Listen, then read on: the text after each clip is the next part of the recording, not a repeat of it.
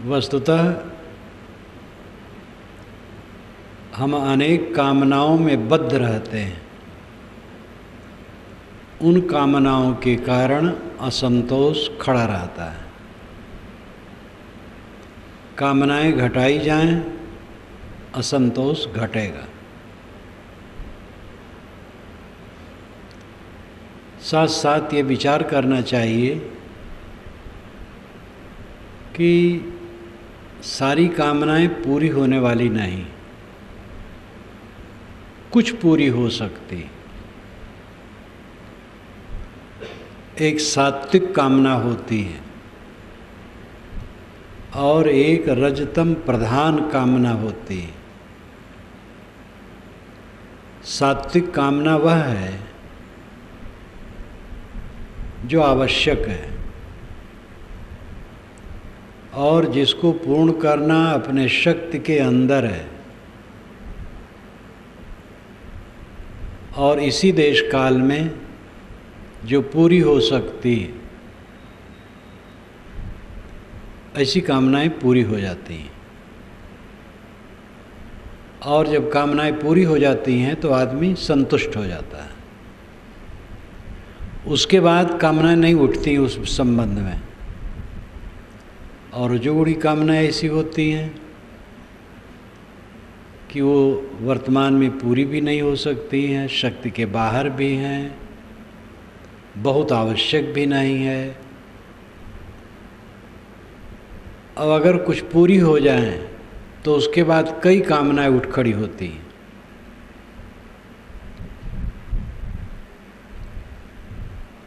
और ऐसी कामनाओं के चक्कर में आदमी सदैव जलता रहता है। जीवन में कामनाओं की जरूरत है। कुछ प्रोग्राम करने की योजना जरूरत है, लेकिन तो ये विवेक करना चाहिए कि वो हमारी शक्ति के अंदर है कि नहीं है, और उसकी क्या बड़ी आवश्यकता है, और हमारी शक्ति के अंदर है और इसी देश काल में हम कर सकते हैं। ये सब सोचना चाहिए। आवश्यक है, इसी देश काल में हम पूरा कर सकते हैं, वो कामना ठीक है। आदमी जीवन में बिल्कुल निष्काम नहीं हो सकता है, काम करना पड़ेगा। निष्काम होना एक अलग अर्थ रखता है। कामना करते हुए भी निष्काम हुआ जाता है। खाने की कामना है, निष्काम होकर। मकान की ज़रूरत है और पैसा है, और सब साधन है, वो कामना पूरी हो जाएगी, बना लिया जाए। और ऐसी कामना, इतना लंबा चौड़ा मकान जिसके लिए अपने पास सामर्थ्य नहीं है, तो उसमें उलझन होगी।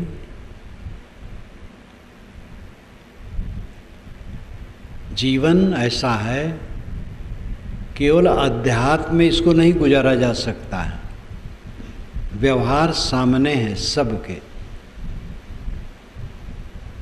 लेकिन केवल व्यवहार जीवन में रहे, वो कौन सा जीवन है?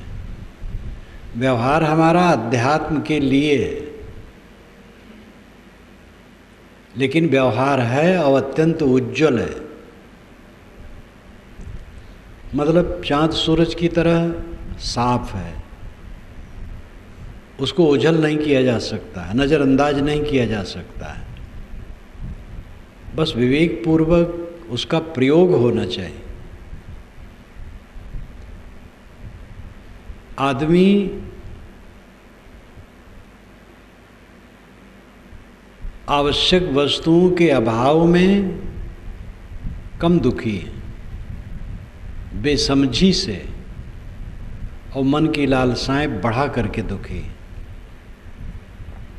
कुछ लोग हैं, आज के ज़माने में भी कुछ लोग हैं कि जो आवश्यक वस्तुओं के अभाव से दुखी है। भारत काफ़ी उन्नत हुआ है, विदेश के लोग भी झुकने लगे हैं।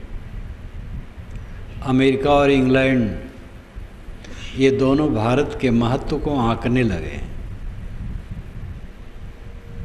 यहाँ का विकास लोगों के नज़रों में चढ़ गया है।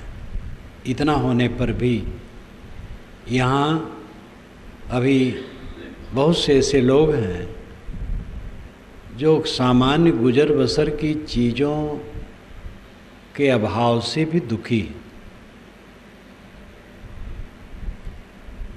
लेकिन बाकी लोग जिनके पास खाने पीने की चीज़ें हैं क्यों दुखी हैं? लेकिन वो बहुत दुखी हैं। ये दुख की दवाई क्या है? अच्छी समझ और प्रयोग।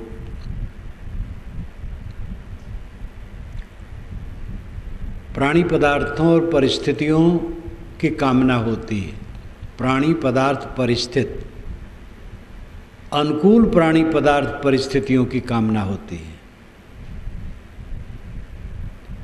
इस तिगड्डे में हर इंसान फंसा है, प्राणी पदार्थ और परिस्थिति। प्राणी कहते हैं सचैतन्य को, पदार्थ कहते हैं अचैतन्य को, और प्राणी पदार्थों की विशेष अवस्था को परिस्थिति कहते हैं। इसमें जितने लोग बैठे हैं सब प्राणी हैं, और जो बिस्तर है, लाउड स्पीकर है, पंखे हैं, दीवारें हैं, ये सब पदार्थ हैं। पदार्थ निर्जीव हैं, प्राणी सजीव हैं। प्राणी पदार्थों की विशेष अवस्था परिस्थित है। अभी कुछ मिनट के पूर्व यहाँ से बहुत से लोग उठ गए थे, तो यहाँ की परिस्थिति भिन्न हो गई थी। आ गए, फिर परिस्थिति भिन्न हो गई। अभी जो परिस्थिति है कुछ मिनट के बाद भिन्न हो जाएगी। परिस्थितियाँ बदलती, प्राणी भी बदलते हैं, पदार्थ भी बदलते हैं। पदार्थ जड़ प्रकृति के स्वभाव के अधीन है, और प्राणी अपनी मान्यताओं के अधीन है। इस बात को न समझकर आदमी उन पर कब्जा जमाना चाहता है, और कब्जा जमा नहीं पाता है, इसलिए असंतोष बना रहता है। जितने पदार्थ हैं जड़ हैं, और वे प्रकृति के अधीन है, जड़ पदार्थों के स्वभाव के अधीन है। उनमें परिवर्तन है निरंतर। जैसे आजकल भारत के कुछ हिस्सों में अतिवर्षण, और एक बहुत बड़े हिस्से में बहुत कम वर्षण। अतिवर्षण से लोग बहुत दुखी, अवर्षण से भी दुखी। अतिवर्षण को तो जो अखबार वाले वो जान पाते हैं, टीवी वाले जान पाते हैं। कम वर्षण से, जहाँ कम वर्षण है वहाँ के लोग परेशान हैं, आगे क्या होगा। लेकिन अतिवर्षण के क्षेत्र में जाके देखें, उनका तो बहुत चौपट हो गया है। अब ये पदार्थ जड़ स्वभाव के अधीन है, जड़ क्रिया के अधीन है, इन पर अपना वश नहीं है। प्रार्थना से इनमें कोई परिवर्तन होने वाला नहीं है। लेकिन आज के इस विज्ञान युग में भी पानी बरसाने के लिए लोग प्रार्थना करते हैं, हवन करते हैं, इबादत करते हैं, कई प्रकार की पूजाएं करते हैं। समझ नहीं। सूरत में बाढ़ आई, डैम का पानी खोला गया। कहते हैं 5 फीट पानी चढ़ा, 10, 15, 25 तक चढ़ा। तीसरा तल्ला भी डूबा। चाहे वहाँ कितना कोई प्रार्थना करता वरुण देवता की, कोई मतलब नहीं था। आग जब लगती है, अग्नि देवता की कोई उपासना करे, प्रार्थना करे, वंदना करे, कोई फल नहीं होगा। हवन करे, कोई फल नहीं होगा। हवा तेज चलती है और उससे नुकसान हो रहा है। कई बार फसलों के फूल हवा से झड़ जाते हैं, अधिक हवा से, तो अन्न के दाने नहीं पड़ते।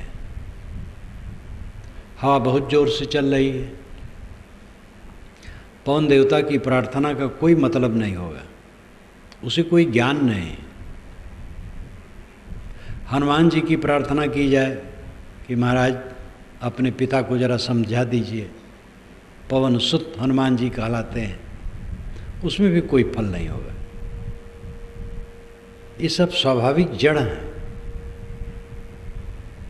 जड़ पदार्थों में क्रिया ईश्वर डालता है। ये अंधविश्वास आज भी जीवित है और इसको जिलाने के लिए बहुत परिश्रम किया जाता है, पंडितों, मौलवियों, विद्वानों, महात्माओं द्वारा। विज्ञान का उजाला आने न पाए, इस पर बड़ा गौर रखा जाता है, क्योंकि अलौकिकता का जंजाल फैला करके ही मनुष्य को कमजोर बनाया जा सकता है। हमारे गुरुजी अलौकिक है, जो चाहे सो कर सकते हैं। अभी एक सज्जन आए थे तो हमारे एक साधु से कहे कि हमारे गुरुजी तो ऐसे हैं, सूरज से कह दें तो वहीं खड़ा हो जाएगा वो।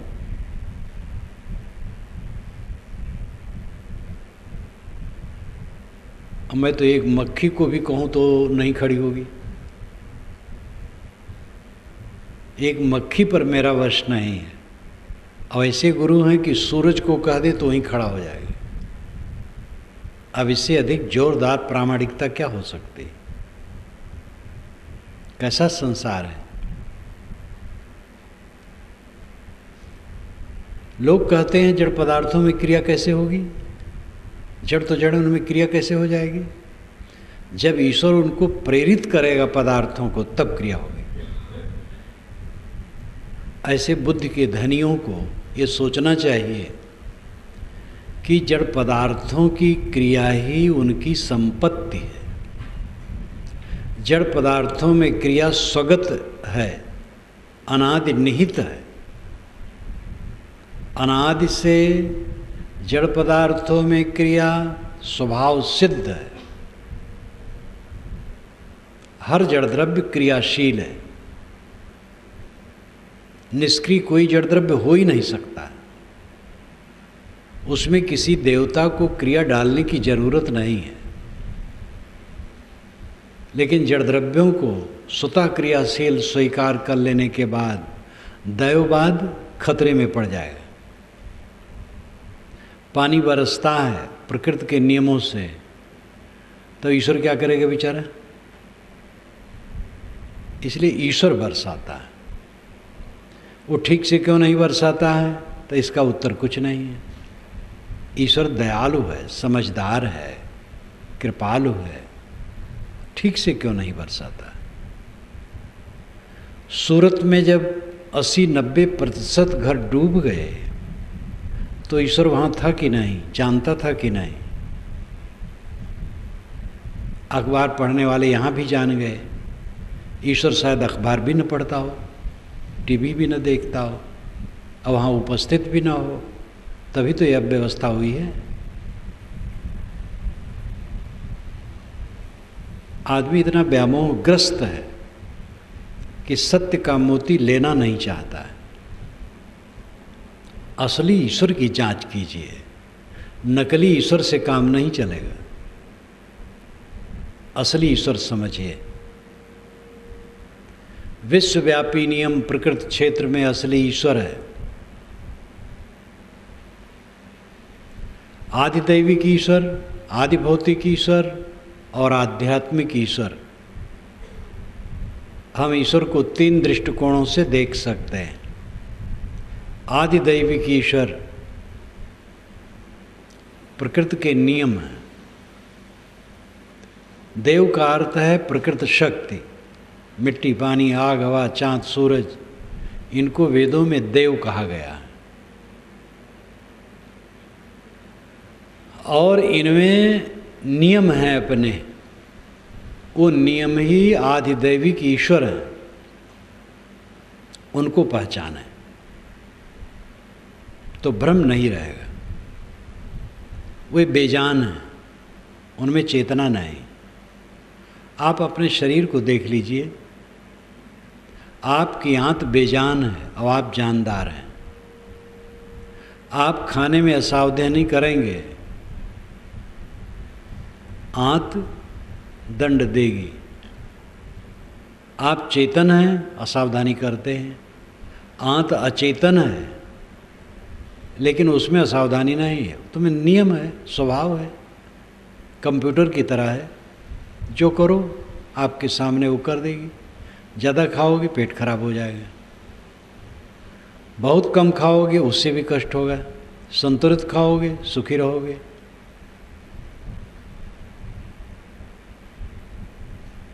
इस तथ्य को समझने की आवश्यकता है। प्रकृति के नियमों को समझें। प्रकृति के नियम आदिदैविक ईश्वर है और आदिभौतिक ईश्वर प्राणियों का समूह है। भूत नाम प्राणी। आदि कहते आधार को। आदिभौतिक, भूत जिसका आधार हो वो आदिभौतिक है। भूत नाम प्राणी।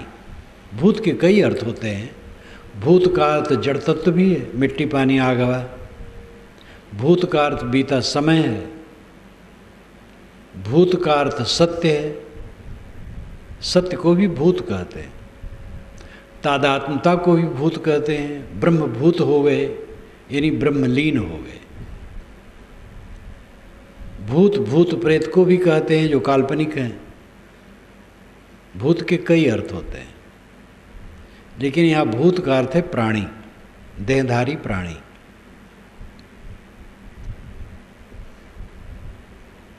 प्राणी जिसका आधार हो वो आदिभौतिक ईश्वर है। ये प्राणियों का समूह आदिभौतिक ईश्वर है। प्राणियों के समूह को ईश्वर समझें, किसी प्राणी को कष्ट न दे। आध्यात्मिक ईश्वर आत्मा है जो स्वयं ज्ञाता बोद्धा है, दृष्टा है, आपका स्वरूप है।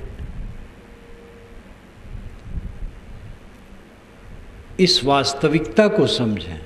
एक जादूगर ईश्वर कहीं बैठा है, प्रार्थना करो सब काम बना देगा, इस धोखे में मत बिताओ। ऐसे जादूगर ईश्वर के लिए बड़ी वकालत है। और ऐसे ईश्वर को मानने वाले ही एक दूसरे को नास्तिक, काफिर, बेदीन, नापाक, नरकगामी, भवसागर में भटकने वाले हजारों हजारों वर्षों से कहते आ रहे हैं। और ऐसा ईश्वर उन सबका समाधान नहीं कर पा रहा है आज तक कि तुम क्या बक रहे हो। तो ऐसे ईश्वर की कल्पना जिसमें इतनी हृदयहीनता आती है कि दूसरे को नास्तिक कहे बिना चैन नहीं है। हर कट्टर ईश्वरवादी दूसरे मत वाले को नास्तिक कहेगा, आस्तिक नहीं कह सकता है।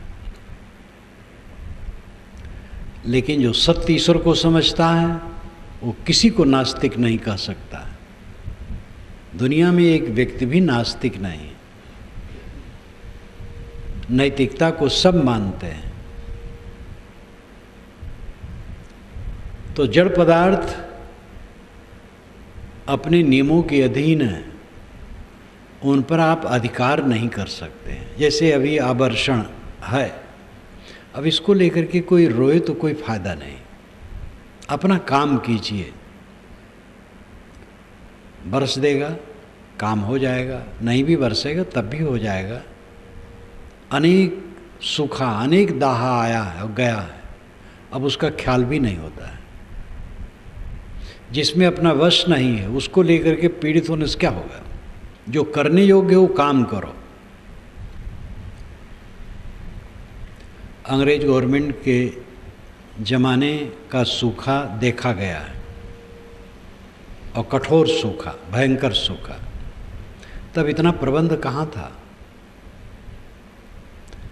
सरकार तकावी देती थी, कुछ पैसे, एक एक किसान को अधिक से अधिक 40 रुपये, 50 रुपये, किसी किसी को 100 रुपये, इससे ज़्यादा नहीं। और मोटा अन्न वो भी सस्ता रहता था, गुजर बसर हो जाता था। दिमाग पर जोर डालने से उसकी याद आती है, ये भी भूल गया कि किस सन की बात है। भारत आज़ाद होने के बाद कई बार सूखा पड़ा, और तब भी अन्न कम था, विदेश से आता था, वो सब भाग गया। अब तो अन्न खूब हो गया। अगर ऐसी घटना घटती है, व्यवस्था में कमजोरी के कारण भले हो, नहीं तो अन्न की कमी भारत में नहीं। हो जाएगा गुजर, फिर पानी बरसेगा, फिर होगा। इतनी नहरें हो गई, इतनी व्यवस्था हो गई, पंपिंग सेट हो गए, बोरिंगें हो गई, उसमें भी काफ़ी कवर कर लेगा। जो करने योग्य वो करना चाहिए, चिंतित होने से क्या फ़ायदा होगा। दाह जहाँ हो गया उसमें भी रोने से क्या होगा। जो नियम हैं प्रकृति के, उन पर किसी का अधिकार नहीं, और उसके लिए भावुक बन करके प्रार्थना करने के चक्कर में समय और शक्ति नष्ट न करो।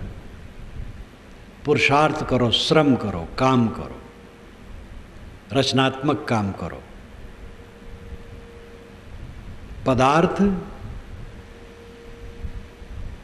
जड़ पदार्थों के नियमों के अधीन है, उन पर आपकी सुव्यवस्था नहीं। इस चीज़ को समझें।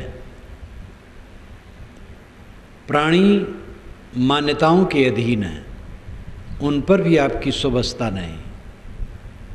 आपका प्यारा से प्यारा भिन्न मान्यता है, आपके मन के अनुकूल वो सर्वथा नहीं भी कर सकता है। विचारों का अंतर इसी तथ्य को लेकर के रहता है, पति पत्नी में, पिता पुत्र में, भाई भाई में, गुरु शिष्य में। गुरु शिष्य का एक सिद्धांत होते हुए, एक रहनी के नियम होते हुए, कुछ संस्कार अलग हैं, कुछ विचार अलग हैं, स्वभाव अलग हैं। उसको आप क्या करेंगे? हर प्राणी मान्यताओं के अधीन है, स्वभावों के अधीन है, रुचियों के अधीन है। ऐसी व्यवस्था में रह करके आप सब कुछ अपने अनुकूल चाहेंगे तो असंतोष के अलावा क्या होगा? क्यों असंतोष है? क्योंकि जिन पर हमारा अधिकार नहीं है उन पर अधिकार करने की चेष्टा है, असंतोष होगा। अभिन्न मित्र का विचार बदल जाता है और तटस्थ हो जाता है, उदासीन। जो बिना मिले रह नहीं पाता था वो मिलना नहीं चाहता है, और ऐसा भी हो जाता है कि विरोधी हो जाता है। दांते काटी रोटी अवध क्षेत्र में कहावत कहते हैं। एक रोटी को एक मित्र ने दांत से काटा और उसी को दूसरा मित्र काटता है। इतना प्यार, दांते काटी रोटी मित्रता। लेकिन ऐसे मित्र विरोधी हो जाते हैं और सर काटने के तैयार हो जाते हैं। ऐसी भी घटना होती है। सर काटने की एक लाक्षणिक कथन है, केवल सर ही काट देना सर काटना नहीं है। विरोध करना सर काटना है। पदार्थ जड़ द्रव्यों के स्वभाव के अधीन है, प्राणी अपनी मान्यताओं के अधीन है। और इन्हीं के बीच में अनुकूल परिस्थितियाँ समय समय से निर्मित होती हैं और बिगड़ती हैं। ऐसी हलचल में आप बैठे हैं और बिल्कुल उनकी आशा बनाए हरदम बैठे हैं, तो असंतोष ना होगा तो क्या होगा? इस पर विचार करें। परिवर्तन को कोई रोक नहीं सकता है। अबाध गति से प्रकृति में निरंतर परिवर्तन होता, उसको स्वभावीय परिवर्तन। द्रव्य और गति ये अभिन्न है। जो कहते हैं कि जड़ द्रव्य में गति कैसे हो सकती बिना ईश्वर के गति डाले? जब ईश्वर गति डालेगा तब उसमें गति होगी।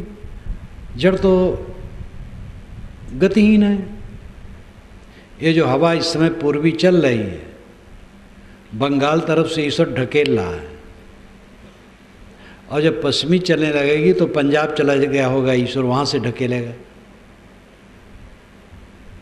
इतनी अकल आज जमाने में भी जो न रख है, क्या समझदार है? हवा चलने के अपने नियम हैं, उनके अपने दाब हैं, उससे हवा के रुख में परिवर्तन होता है। कोई देवता नहीं चलाता है। ज्वालामुखी फूट करके जहाँ निरंतर आग उगल रही है ज्वालामुखी, वो कोई देवता नहीं उगल रहा है। प्रकृति के नियमों को हमें समझना चाहिए। ज्ञान के बिना भी दुख है, अज्ञान से। और फिर हमारा प्रलोभन, मिथ्या विश्वास, वो हमें कष्ट देता है। प्राणी पदार्थों से सुख पाने की जो लालसा है, असंतोष का कारण है। प्राणी पदार्थों में व्यवहार करना चाहिए। जो प्राणी पदार्थ मिलते हैं उसमें हमें व्यवहार करना चाहिए। विवेक युक्त देख करके बर्ताव करना चाहिए। उनसे कामना नहीं करनी चाहिए। जो आपको आवश्यक है वो स्वयं होगा। आप परिवार या समाज में हैं, अब अपनी योग्यता और शक्ति के अनुसार श्रम कीजिए, सेवा कीजिए, भोजन अपने आप आपको मिल जाएगा। हम लोग इतने लोग बैठे हैं, सब भोजन थोड़े बनाते हैं और सब भोजन खाते हैं और कुछ करते हैं। यहाँ तो मानो आगंतुक आए हैं कुछ दिन के लिए, ध्यान के लिए। लेकिन जो यहाँ रोज रहते हैं तो सब भोजन तो नहीं बनाते हैं और सब भोजन करते हैं। सब सफाई तो नहीं करते हैं, लेकिन सफाई का लाभ सबको मिलता है। सब पुस्तक तो नहीं लिखते हैं, लेकिन पुस्तक बाँचने का लाभ सबको मिलता है। तो ये सहयोग है एक दूसरे का। आप अपनी श्रेणी, योग्यता, शक्ति के अनुसार काम करते रहिए, गुजर बसर होता रहेगा। लेकिन जो चौधराना गांठने की चेष्टा है, मलकई, बड़े हम हैं, हमें लोग बड़ा माने और जो हम कहें वही करें, उसमें कोई विचार भी न चाहे कि और कोई कुछ सोच ले,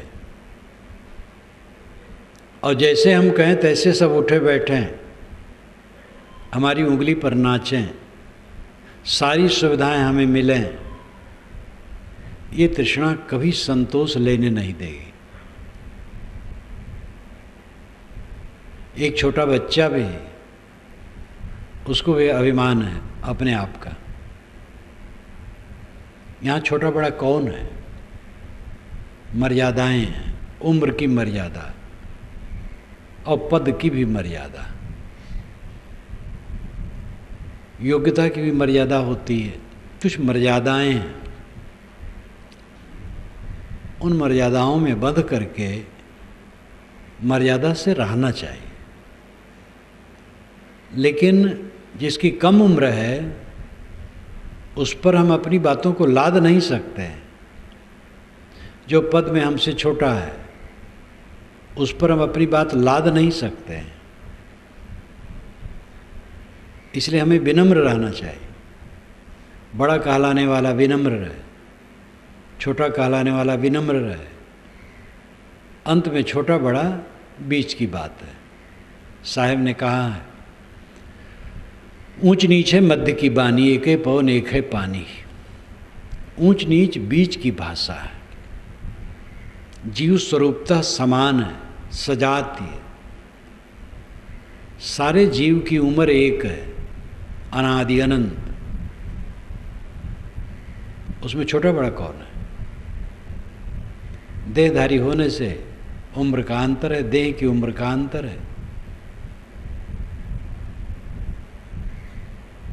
पिता को चाहिए पुत्र को छोटा मान करके अवहेलना न करे, गुरु को चाहिए शिष्य को छोटा मान करके अवहेलना न करे।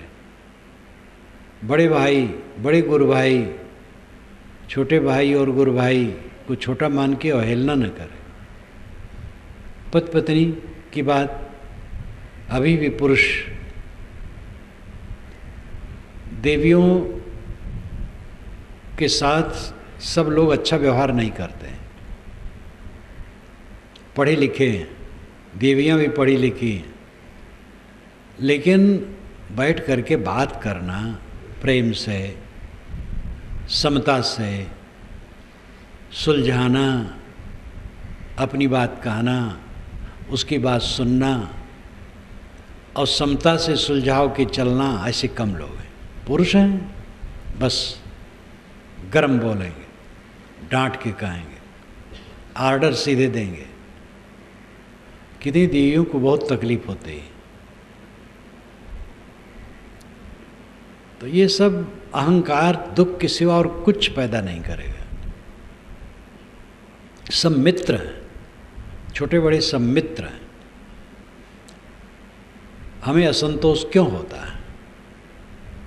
हमारी समझ की कमी, अच्छे बर्ताव की कमी, त्याग की कमी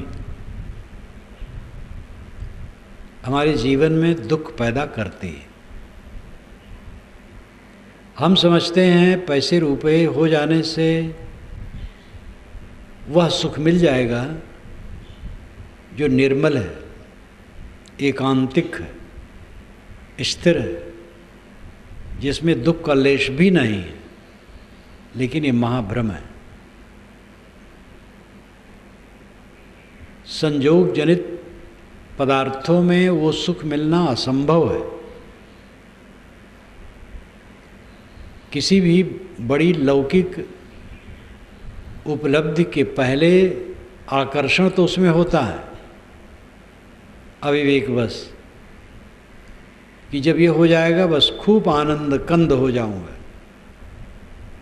लेकिन इच्छित वस्तु के प्राप्त होने के बाद उसकी पोलपट्टी सामने आ जाती है। वही निराशा, वही असंतोष, वही पीड़ा। नवयुवक पढ़ता है, योग्य है, तेज बुद्धि है, उत्तम श्रेणी में पास होता है, लालसा उसकी बढ़ती है, कलेक्टर कमिश्नर होऊंगा, एक सुंदरी वाला से विवाह करूंगा, खूब पैसा कौड़ी होगी, बंगला, कार, ऐश्वर्य, प्रतिष्ठा, शासन, फिर क्या पूछना, आनंद कंद हो जाऊंगा। एक तो ऐसा सोचने वाले सब लड़के इसी अवस्था में पहुँचते नहीं। कहीं छोटी मोटी नौकरी मिल गई, कहीं 200-400 किलोमीटर दूर फेंक दिए गए, एक छोटा सा कमरा ले करके किराया रह रहे हैं, पका खा रहे हैं, या कहीं होटल में जाके खा आते हैं, किसी प्रकार निभा रहे हैं।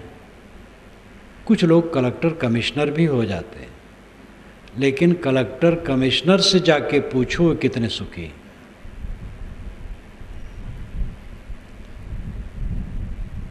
एक कलेक्टर रेंज के अधिकारी मुझसे दुखी होकर कहे कि लोग काम नहीं करना चाहते, बड़ी तकलीफ है। जितने वर्कर हैं, छोटे छोटे अफसर हैं, काम नहीं करना चाहते। वे आदमी बहुत अच्छे हैं, स्वयं काम करते हैं, दूसरे काम नहीं करना चाहते हैं। उनकी वेदना को मैंने कई बार देखा, कई बार वो मिले तो एक ही पीड़ा बतावें, तनख्वाह तो बढ़ गई है, काम घट गया है।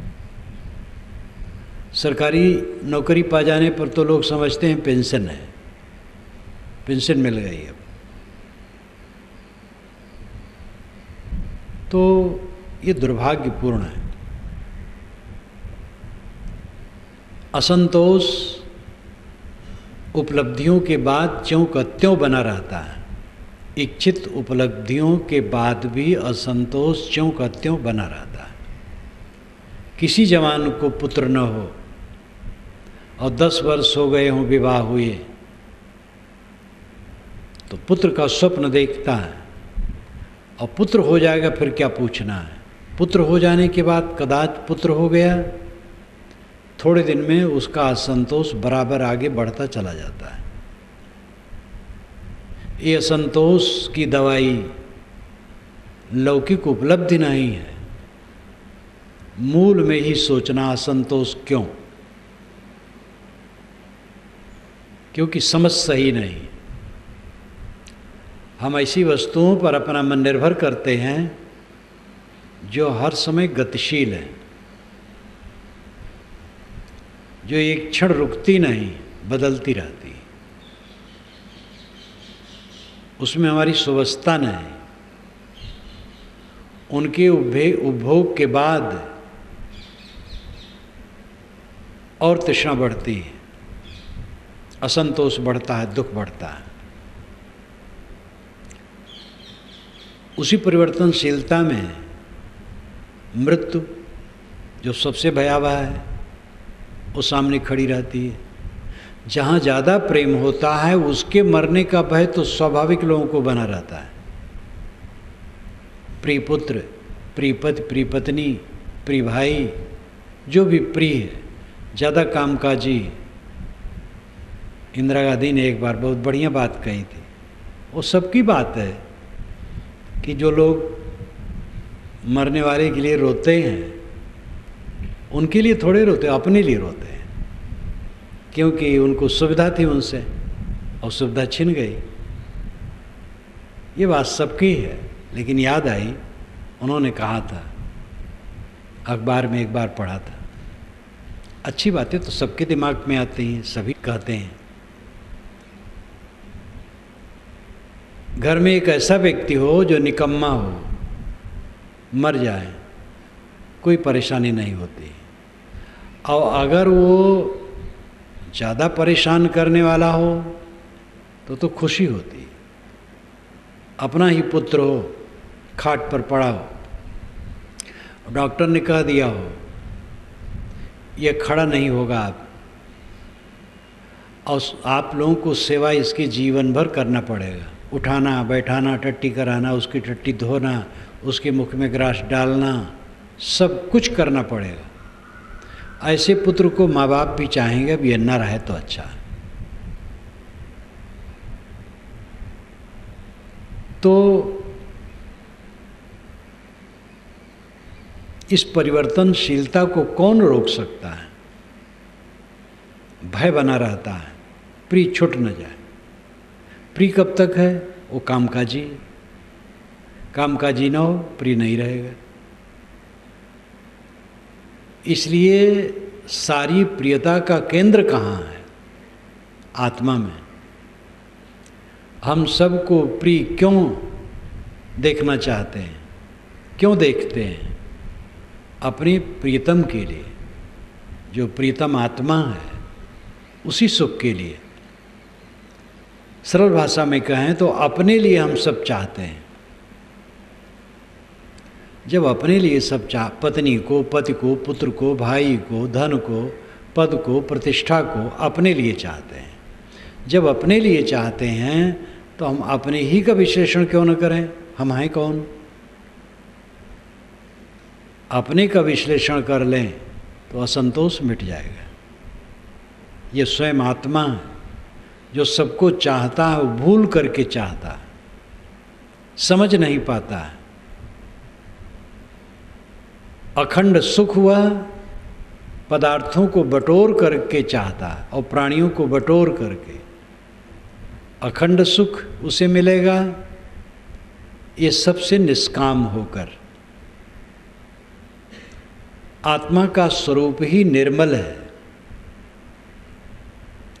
जो सबका अपना अस्तित्व है।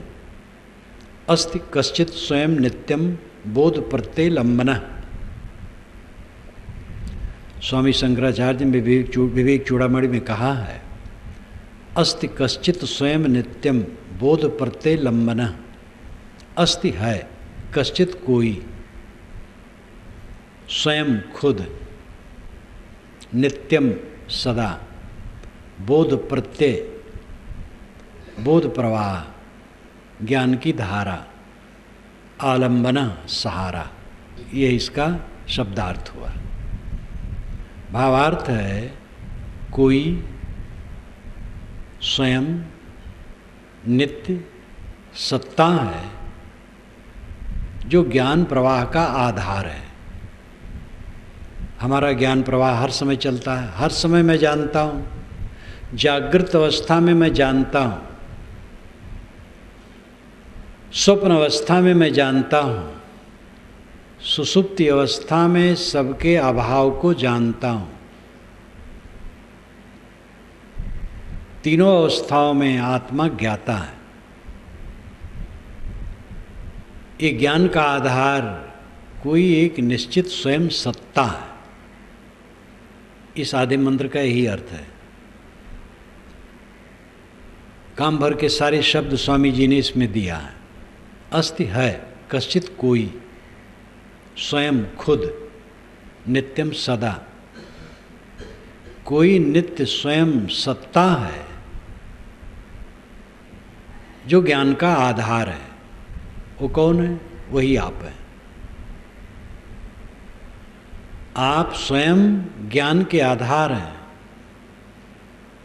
स्वयं जनैया हैं, ज्ञान स्वरूप हैं। आपके स्वरूप में कोई तकलीफ नहीं है, आपके अस्तित्व में कोई तकलीफ नहीं है। हम अपने पद से उतरते हैं, अपने को मान लेते हैं देह, फिर अपना एक नाम मान लेते हैं, फिर इसके सुख दुख की कल्पना में पड़ जाते हैं, फिर उसमें चिपक जाते हैं, बस दुख शुरू हो जाता है। शरीर ही में नहीं हूँ, शरीर का नाम मेरा कहाँ है?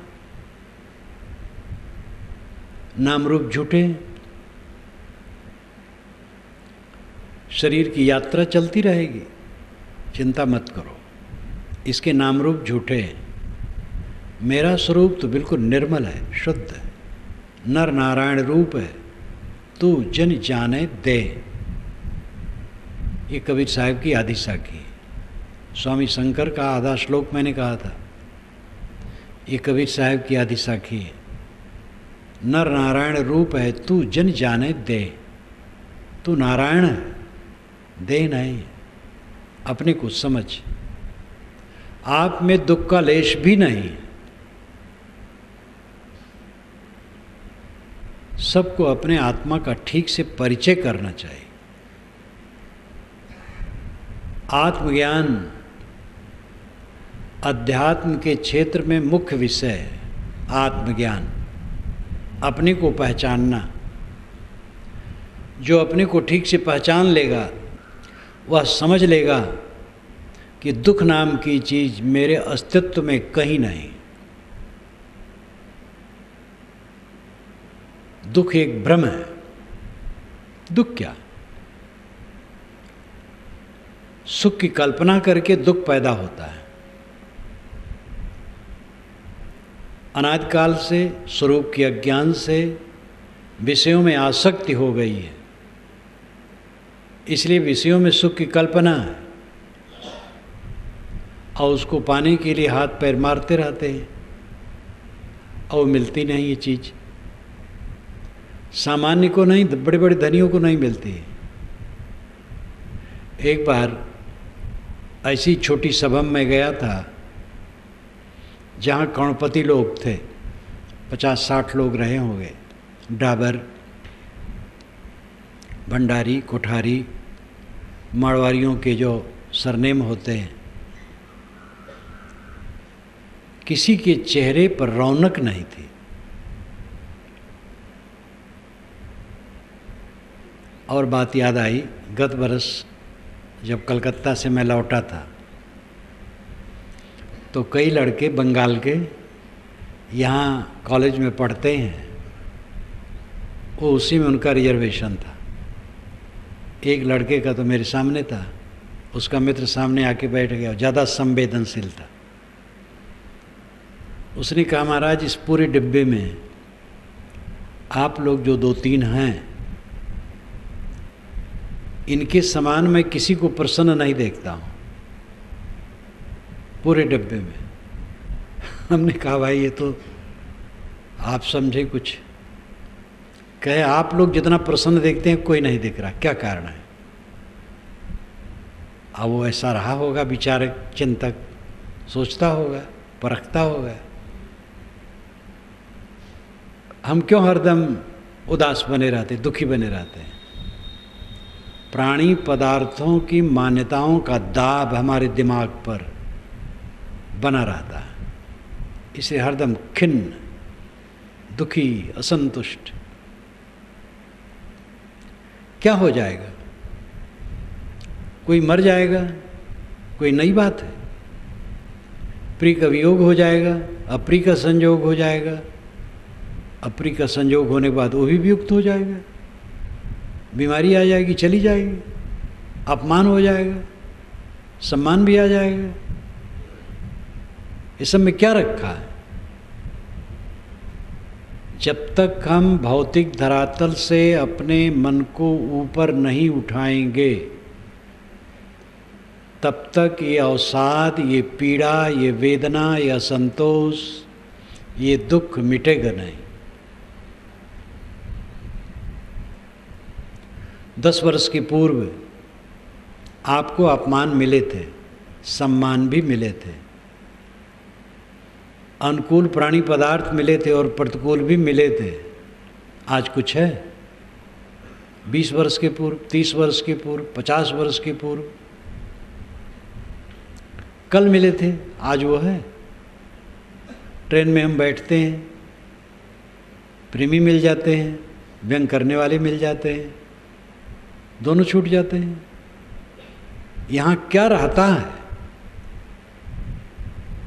विचारों का प्रवाह चित्त में जब तक चलेगा नहीं, चित्त की काई कटेगी नहीं।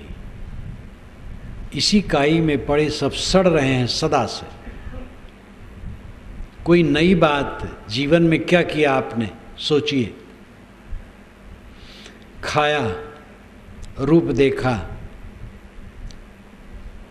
स्वाद में आनंद की कल्पना की, अनुकूल शब्द सुनने की चेष्टा की, काम भोग में उद्वेगित हुए, राग किए, द्वेष किए, कलह किए, पैसा जमा किए, खर्च किए, हानि को देखे, लाभ को देखे, अनुकूल को देखे, प्रतिकूल को देखे। नया काम क्या किए? नया काम एक ही है, अपने मन को भौतिक धरातल से ऊपर उठा लेना। ये सब पानी की बुलबुले की तरह बन करके मिट जाने वाले हैं, स्वप्न की तरह खो जाने वाले, कुछ भी रहने वाला नहीं। जिस पर हम जीवन भर अपना अधिकार माने बैठे हैं, वो स्वप्न नहीं, सुसुप्त की तरह हो जाएगा। सपने की तो याद होती है, लेकिन जब शरीर छूट जाएगा तो इसकी याद भी नहीं होगी। इन विचारों को अपने चित्त में ला करके जब तक हम उसे इससे उबारेंगे नहीं, तब तक मन का असंतोष मिटेगा नहीं। पदार्थों, प्राणियों के प्राप्त होने से असंतोष मिटता नहीं। अनुकूल प्राणी पदार्थ जब प्राप्त हो जाते हैं तो क्षणिक संतोष होता है और उसमें हम रम जाते हैं, और उसका परिणाम यह होता है कि दुख का और बीज बो लेते हैं, फिर जब वियुक्त होता है तब पीड़ा होती है। काम भोग में आदमी पड़ा तो उसको संतोष हो गया। पहले उसके मन में काम की खलबली आई तो असंतोष हुआ। अब उसको लगा ये करने को मिले तो संतोष होगा। पुरुष है स्त्री को पाया, स्त्री है पुरुष को पाई तो संतोष हो गया। संतोष नहीं हुआ, वो असंतोष का बीज बोया। संतोष लगता है क्योंकि वृत्ति थोड़ी स्थिर हो जाती है, परंतु वही आसक्ति उसको और दौड़ाती है, वही अध्यास और खींचता है। दौड़ते दौड़ते कोई थक गया, बैठ गया, विश्राम करने लगा, आनंद आ गया, लेकिन वो दौड़ने के लिए ही विश्राम कर रहा है। जहाँ शक्ति आई फिर दौड़ेगा। भोग क्रिया में एक विश्राम की कल्पना हो जाती है, लेकिन दौड़ने के लिए आदमी मानो शक्ति भरता है। भोग क्रिया में लगने से विश्राम जैसा लगा, लेकिन उसमें एक शक्ति अर्जित हुई और फिर भोग में दौड़ा। यही सदा से करता आया और भटकता आया। एक रस सुख चाहो तो विषयों से अपने को अलग करो, अपनी शक्ति और योग्यता के अनुसार जहाँ जो हैं उससे अपने को ऊपर उठाने की चेष्टा करें। बहुत रागी भोगी हैं, घटाव हैं। जो ज़्यादा साफ सुथरे मन के हैं और जीते हैं।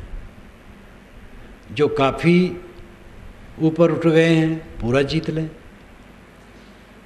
सबके लिए संभावनाएं हैं। और एक अत्यंत रागी व्यक्ति को भी ये काम करना है, आज चाहे कल चाहे परसों। भोग का मार्ग सुख का मार्ग नहीं, त्याग का मार्ग ही सुख का मार्ग है। गृहस्थी में आदमी क्यों फंसता है? क्योंकि वो समझता हम रह नहीं पाएंगे वैसे। जवानी में अंग मिलन की चेष्टा होती है, नर है तो नारी से, नारी है तो नर से। इस आकर्षण को वो मिटा नहीं पा रहा है, इसलिए गृहस्थ बना, उचित किया। परंतु अब तो देख लिया, जिसमें बड़ी लालसा थी वो तो देख लिया, एक बार, दो बार, चार बार, अनेक बार। अब तो समझ में आ गया, अपने को संभालने की ज़रूरत है। लेकिन वो धारा में बहने लगता है। क्या पाए उसमें? अपने को छीड़ किए, उद्वेगित किए, मलिन किए, पश्चाताप में डूबे। क्या पाए? ऐसे चुपचाप रहते कितना अच्छा रहा। आप कल्पना करो, जिस समय आपके मन में काम वासना नहीं होती, आपका क्या नुकसान होता है? सुखी रहते। जब काम वासना आई, मन उद्वेगित हो गया, क्या फायदा हुआ? उद्वेगित हुआ, उस उद्वेग में आनंद आया, पीछे पछताए। ये अनुभव की बात है। आदमी को अपनी ही क्रियाओं से सीखना चाहिए। ऐसे हर बात में, खाने में, मान बढ़ाई में, पद प्रतिष्ठा में, किसी चीज़ में जो हमारी ललक होती है, आकर्षण होता है जड़ दृश्य के प्रति, इसी से निरंतर असंतोष बना रहता है।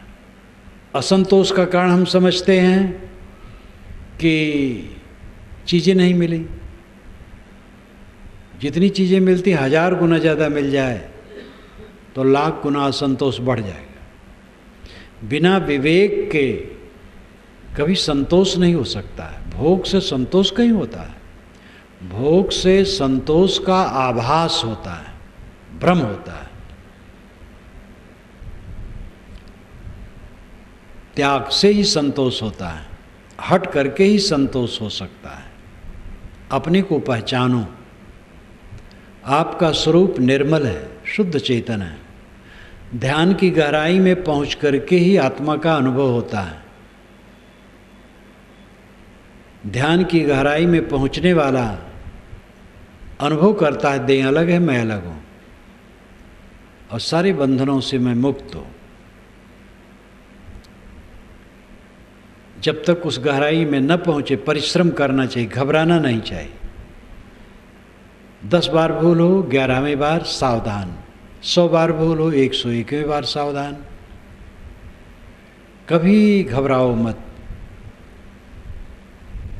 पूरा काम करके ही उद्धार होगा और कोई आपका उद्धार दूसरा नहीं कर देगा, न कोई भगवान कर देगा न गुरु कर देगा। गुरु बताएगा रास्ता, और ये कम कृपा गुरु की नहीं है, संतों की नहीं है जो हमें रास्ता बताते हैं। बताने वाला ना मिले तो हमें कुछ पता नहीं चलेगा। सब बातें अपने आप थोड़े समझ में आती हैं। इसलिए संतों, गुरुओं, अनुभवी पुरुषों की ज़रूरत है। किसी दिशा में अनुभवी पुरुषों की आवश्यकता है। हमें चटाई बीनना है तो जो चटाई बीनने में माहिर है उससे सीखना पड़ेगा। इसलिए आधार की ज़रूरत है। तो गुरु, संत, सज्जन, मित्र राय दे सकते हैं, करना पड़ेगा हमें खुद। असंतोष क्यों? बिना समझ के। समझ सही नहीं। जो स्वभाव के अधीन है, प्रकृति के नियमों के अधीन है, ऐसे पदार्थों पर हम कब्जा चाहते हैं। जो अपने अपने सुख मान्यताओं के अधीन है, ऐसे प्राणियों पर हम कब्जा करना चाहते हैं। हर आदमी अपने अहंकार कामना में डूबा है। उन पर हमारा क्या अधिकार है? अगर वे विवेकी हैं तो उन पर भी अधिकार जमाने की क्या ज़रूरत है? किसी को अपने अधिकार में लेने की चेष्टा ही अपने को परतंत्र बना देना है। सब तरफ से जो निष्काम हो जाए, निर्माण हो जाए, वो आत्मसंतुष्टि पाता है। आध्यात्मिक साधना का रास्ता यही है। योग क्या कहलाता है? दुखों के संयोग का वियोग कर देना। दुखों का संयोग कहाँ से होता है? चाहना से, चिपकने से, मोह करने से, आसक्त होने से।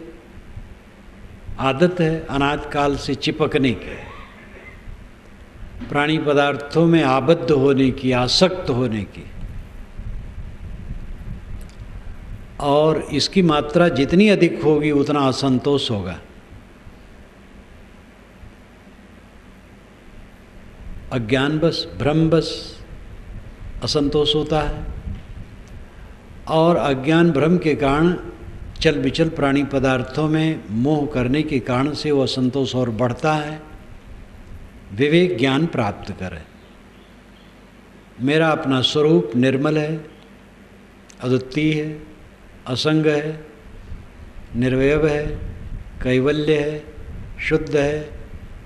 उसमें मन वाणी की गम भी नहीं। शरीर रूपी भवन में बैठ करके इंद्रिय झरोखों से हम दुनिया को देख रहे हैं।